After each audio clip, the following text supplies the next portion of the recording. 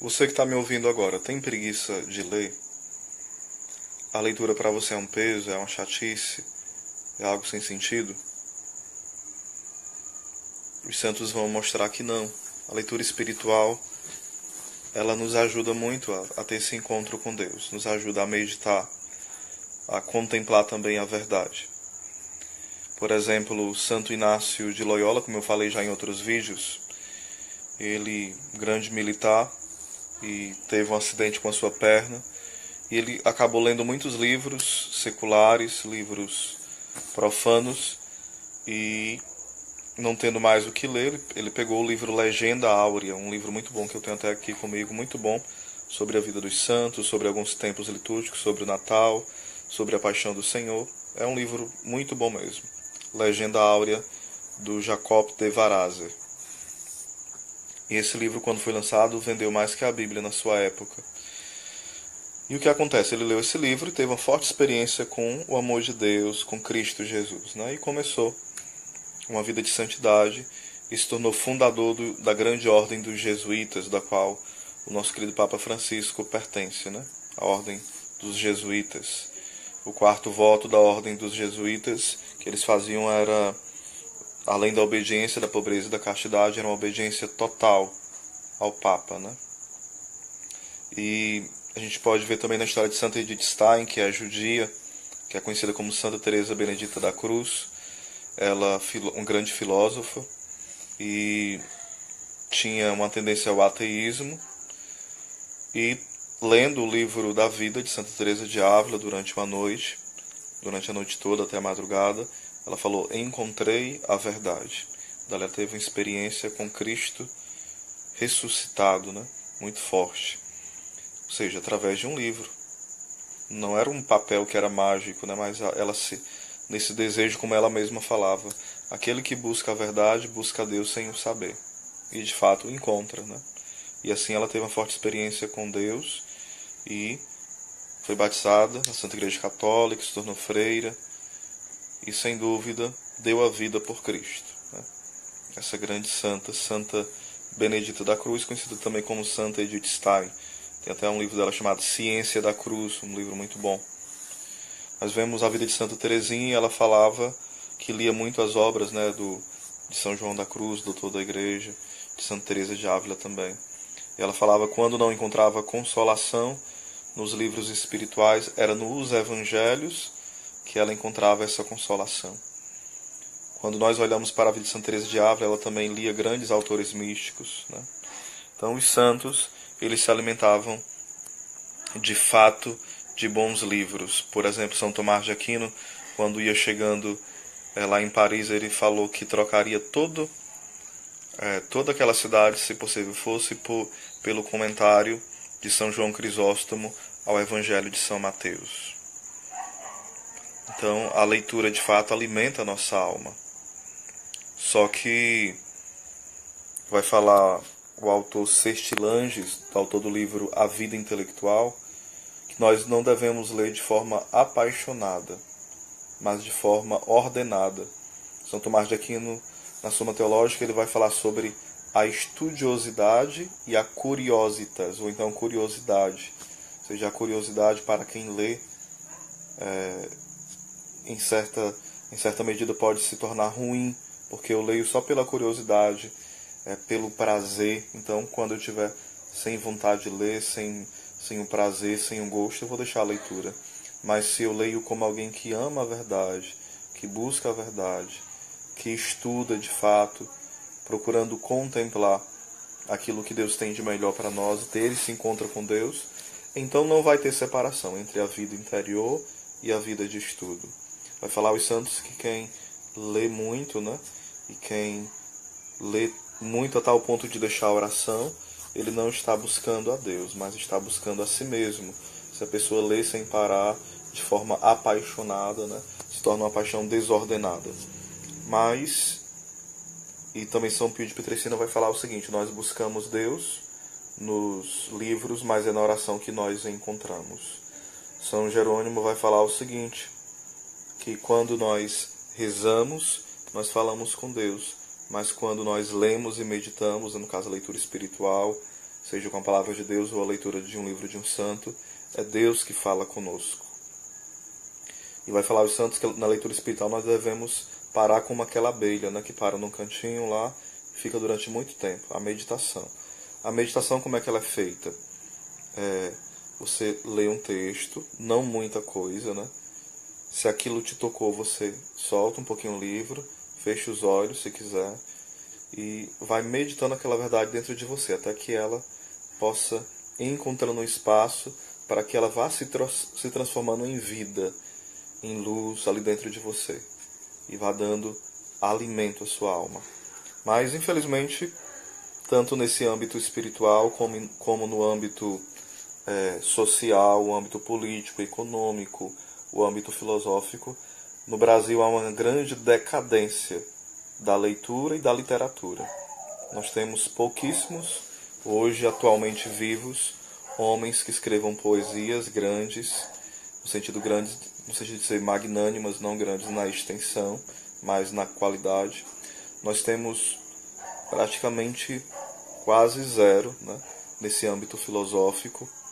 Nós temos aqueles que se julgam grandes intelectuais, mas que têm uma mente muito rasa, muito superficial e geralmente esquerdista, geralmente com tendência comunista, geralmente com tendências socialistas e marxistas. Mas são poucos que levam a sério o estudo. A maioria das pessoas acham chato, perca de tempo, besteira, ou quem lê muito é amostrado, é doido, é alguém que não tem o que fazer, ficou para alguns, mas na verdade não é isso. É isso que, infelizmente, as pessoas não vão entendendo. E por isso nós temos várias pessoas que têm diplomas, títulos, são doutores, são mestres, têm especializações e não passam de pessoas manobradas, manipuladas e que só repetem as coisas como papagaios. Não param para refletir, para meditar, apenas escutam algo na Rede Globo, algo no SBT, algo no Jornal da Folha, algo na Record, algo em um documentário do Netflix e saem repetindo como a maior verdade do mundo. Não buscam as fontes primárias, da onde saiu essa notícia, da onde saiu essa formação e essa informação. De fato isso tem coerência, isso tem a ver com a realidade ou é apenas uma manipulação, é apenas um engodo para nos levar para a mentira. Então, infelizmente, nós vivemos em um Brasil onde as pessoas têm preguiça de ler. Você que está me assistindo agora, você tem preguiça de ler? Quantos livros você lê por ano? Você tem lido? E que tipo de livro você lê? O problema é que muitas vezes, até os que não têm preguiça de ler, qual o tipo de livro que a pessoa vai ler, né? Harry Potter, Crepúsculo, né? Esse tipo de literatura, né? Paulo Coelho, uma literatura que é quase sem comentário, né? Que a gente respira assim para não ficar com raiva nem passar mal. Uma literatura que tem um L e esse L é um L de lixo. Uma literatura que não acrescenta em nada para o bem, mas sim para o mal. E sem dúvida, Nossa Senhora de La Salete já falava que para o final dos tempos, né, os maus livros povoarão a face da terra. E nós vemos isso acontecer. Livros que são até indicados por pessoas da mídia, por pessoas que se dizem inteligentes, se acham intelectuais, indicam livros terríveis. Livros somente de autoajuda, livros de autoestima, livros de romance onde prevalece só ali a pornografia, o sexo desordenado, mentiras uma atrás da outra. Existe muito nessas leituras o culto ao feio. Aquilo que é feio é cultuado, é admirado. Aquilo que é mentira é cultuado, é admirado. O mal, né? Hoje cresce cada vez mais a admiração pelo exótico, pelo satânico, por aquilo que é bruxaria, por aquilo que é proibido. Cada vez mais, né? Fruto de quê? Também a nossa política como se encontra. Falta de quê? Pessoas que estudem de fato a verdade, que queiram buscar à luz da razão o que está acontecendo no nosso país há décadas, né? Quem de vocês já estudou o que é o Fórum de São Paulo? Quem de nós já estudou o que de fato é a filosofia? Quem de nós já estudou o que de fato é uma democracia? O que de fato é a política? O que de fato foi e é a história do Brasil? Quais são as fontes? Ou nós só engolimos, estudamos, vamos aprendendo e assimilamos como verdade? Hoje até o Enem, ele é usado para manipular. Por exemplo, a Unesco, ela vai procurando unificar o ensino mundial e o MESC, o MEC, que eu trabalho com os ministros extraordinários da Eucaristia, né? Como sou ministro da palavra MEP, misturei as siglas aqui. Agora eu que fui analfabeto funcional. Continuando, o MEC, né? MEC, não o MESC, que MESC é um grande bem para a igreja, né? E o que acontece? O MEC vai cumprindo essa agenda da ONU, né?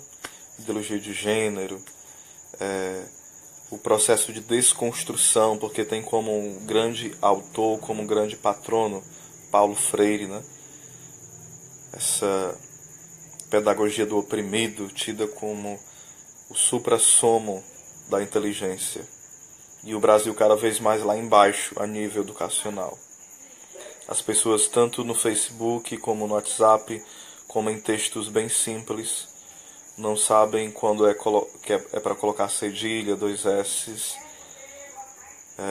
2 R's, quando é para colocar no plural, no singular, troca-se tudo. Não estou dizendo que eu sei, eu também sou fruto e tenho essas deficiências, mas procuro corrigi-las. Também erro e muito, e por isso lamento, porque nós fomos criados nesse contexto de ignorância, de imbecilização, né? Tanto a preguiça de ler, como quando alguns gostam de ler, são tidos como reacionários, como pessoas muito ultraconservadoras, pessoas que são débeis mentais, pessoas malucas. Não devemos dar ouvido a essas pessoas porque são radicais demais.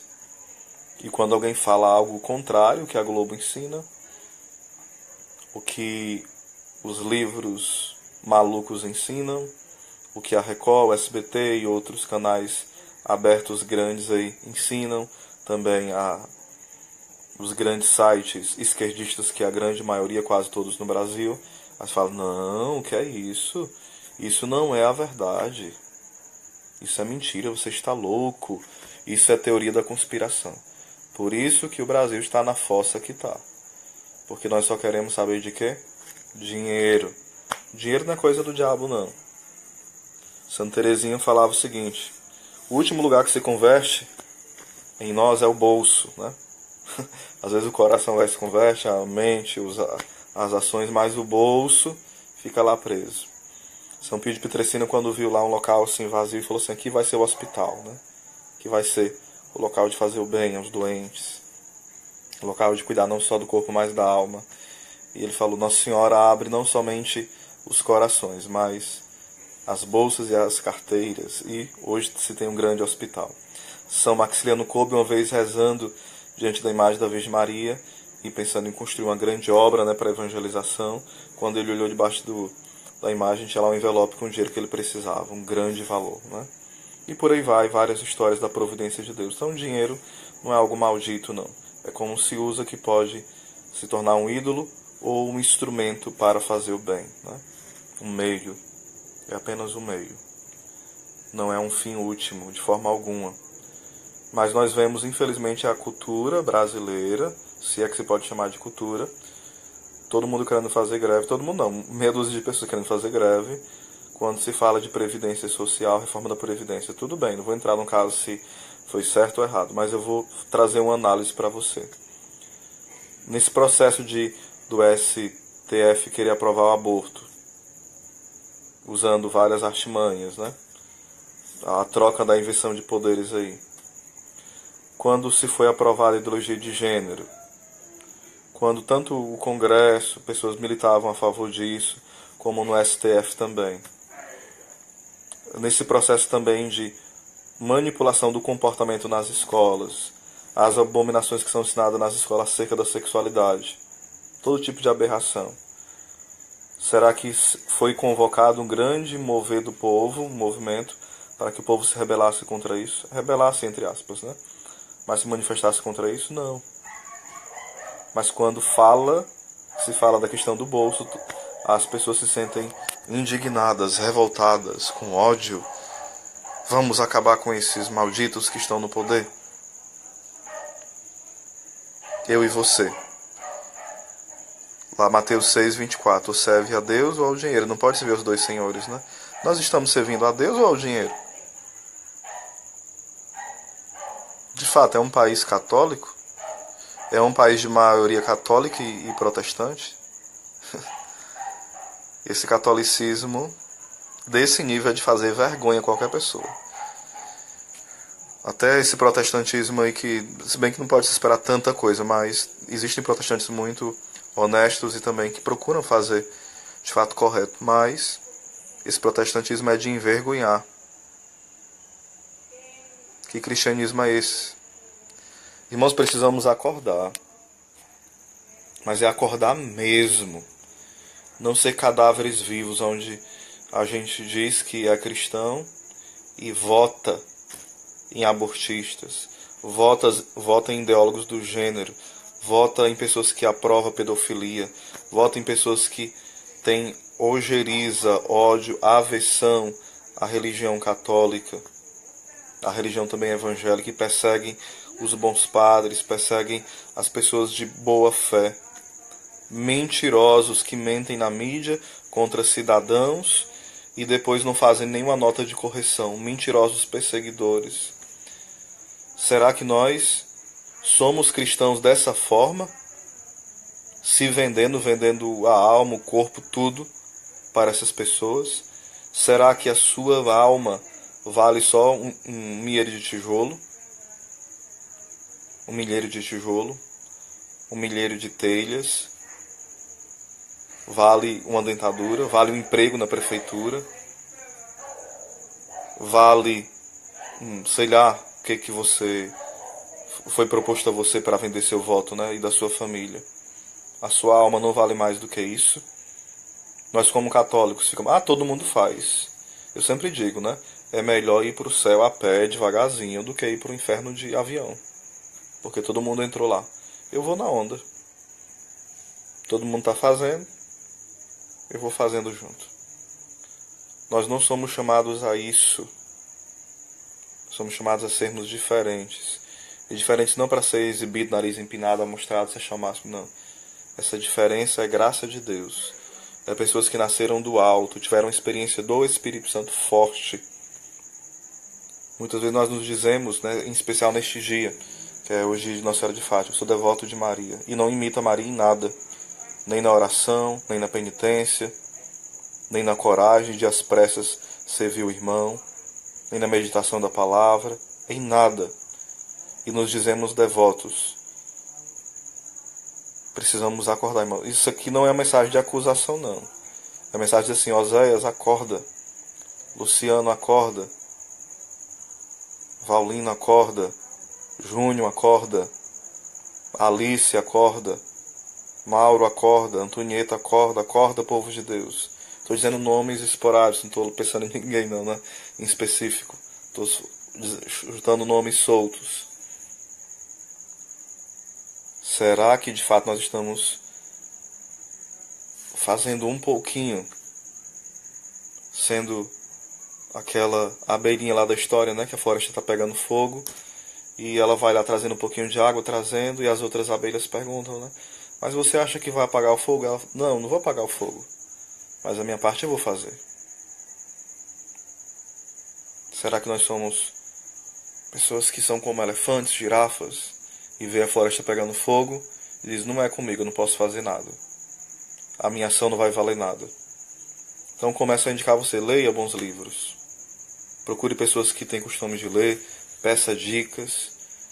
Se for ficar no YouTube, assista documentários bons. Eu vou indicar aqui alguns canais. O canal Terça Livre. Anota aí, Terça Livre. Terça Livre. Tem um outro também muito bom. O Antagonista. É mais esse lado político e também tem partes, né, sobre a fé. o Terça Livre. E tem o Terça Livre Cursos. O canal no YouTube do Padre Paulo Ricardo. As aulas do professor Olavo de Carvalho, muitos não gostam porque ele fala muito palavrão. Tudo bem, não aprenda os palavrões não. Mas se você puder assinar o site do Olavo de Carvalho, é muito bom. Você não precisa ser Olavete só porque assiste o Olavo. Isso aqui é uma imbecilidade muito grande, né? Você achar que porque você escuta alguém, você tem que seguir 100% ele, não pode discordar. Nós não somos robôs programados, não. Eu posso discordar de qualquer pessoa que eu escuto. Se ele estiver falando mentiras. Mas se ele está falando a verdade, por que não aderir a essa verdade? E como é que eu vou saber? Se eu tiver comigo os documentos da igreja, os livros dos santos, os melhores filósofos, se eu leio o catecismo da igreja católica, se eu tiver uma base para saber peneirar o que presta e o que não presta, senão eu engulo tudo. E sou enganado facilmente e achando que estou abafando. Então vamos ler, povo de Deus. Um dos livros que eu indico que me ajudou muito é O Mínimo que Você Precisa Saber para Não Ser um Idiota. Foi o Felipe Moura Brasil, que tem até um canal que eu indico, Felipe Moura Brasil. Que é muito bom mesmo. Dá para você aprender muito com ele, nesse âmbito mais político mesmo. Aprender de fato. Felipe Moura Brasil. Coloca aí no YouTube, tá bom? Ele compilou os artigos do Olavo, organizou bem direitinho. Sem dúvida, esse livro vai dar uma sacudida aí na sua forma de pensar e rever. Esse livro me fez ser menos idiota, né? Muita coisa lá que eu não sabia, fiquei sabendo e me ajudou também a buscar outras fontes. Já faz um tempinho que eu li, acho que uns 3 a 4 anos, mais ou menos. Essa média de tempo. Então convido a você a se aventurar. Deixa a preguiça de lado, deixa o medo e vamos avançar em águas mais profundas. Se nós vamos ficar só esperando que alguém faça alguma coisa, que apareça um herói, vamos estar achando que vai aparecer um político como herói. A política não é a esperança do Brasil. A esperança do Brasil é Cristo, Cristo Senhor. E nós, como cristãos, devemos também ser sinal dessa esperança. Não sermos heróis, mas sermos homens e mulheres que buscam a santidade. Se preciso for, entrar na política, que possamos entrar. Se não, vamos para a vocação que Deus nos chamar. Seja a profissão que Deus te colocar, seja um sinal de Deus. Não seja um escândalo no sentido mal. Seja a presença de Deus nesses lugares. Defeitos todos nós temos, fraquezas também. Mas isso não é empecilho para que nós possamos de fato lutar. Lutar não como Karl Marx diz, a luta da classe, né? Porque o discurso de Karl Marx é o seguinte, é o discurso das oposições, né? Vamos colocar alguém contra alguém, um homem contra a mulher, o filho contra os pais, o preto contra o branco, o rico contra o pobre, o homossexual contra o heterossexual. E por aí vai. É um negócio louco, né? E a gente cai nessa. A gente acha que todo mundo está contra todo mundo. É uma guerra sem fim. E a gente cai nessa muito bem mesmo, né? Às vezes a gente acha que tá uma guerra enorme lá na televisão, todo mundo mostrando, né? É o Lula lá contra o Michel Temer. O Michel Temer contra o Aécio que está contra o PT, o FHC, Fernando Henrique Cardoso está contra o PT também. Pura ilusão. O FHC, Fernando Henrique Cardoso, foi um dos grandes promotores do Lula. Tá tudo junto. FHC, Aécio, Marina, Lula, Dilma, essa turma todinha. Não pense que estão separados, não. Aparentemente estão brigando, se degladiando. Mas não estão. Um foi ajudando o outro a subir no poder. Só que quando chega no poder, às vezes quer se perpetuar lá, né? Todos são de partidos de esquerda, partidos socialistas. Um socialismo diferente, outro tipo de socialismo. Mas quem foi abrindo caminho para que o PT tivesse no poder foi o Fernando Henrique Cardoso. E poucos sabem disso. E quando ouvem falar, acham que é loucura e teoria da conspiração. Estudem para ver isso. Estudem a fundo. Fontes tem, e fontes primárias. Analisem e parem de brigar por conta de político, porque eles estão pouco se lixando, a grande maioria, se você está vivo ou morto. Se você está sendo enganado, se está rico ou pobre. Então pare de brigar enquanto eles estão unidos, nos enganando e estão simulando lá que estão brigando, que estão de mal um com o outro. Estão todos cumulados, acoplados. E a única coisa que eles querem é que a gente se ferre mesmo. E a gente não vai se ferrar, não. Nós temos Cristo. Cristo é o Senhor. Se você gostou desse vídeo, compartilhe com outros. Se você ficou com raiva, compartilhe também, viu? Depois você vai pensar no que eu falei e vai, sem dúvida, repensar os seus conceitos. Eu não sou nem um gênio, nem sou um grande intelectual. Sou alguém que gosta de estudar e gosta de partilhar um pouco o que aprende com vocês. Um abraço.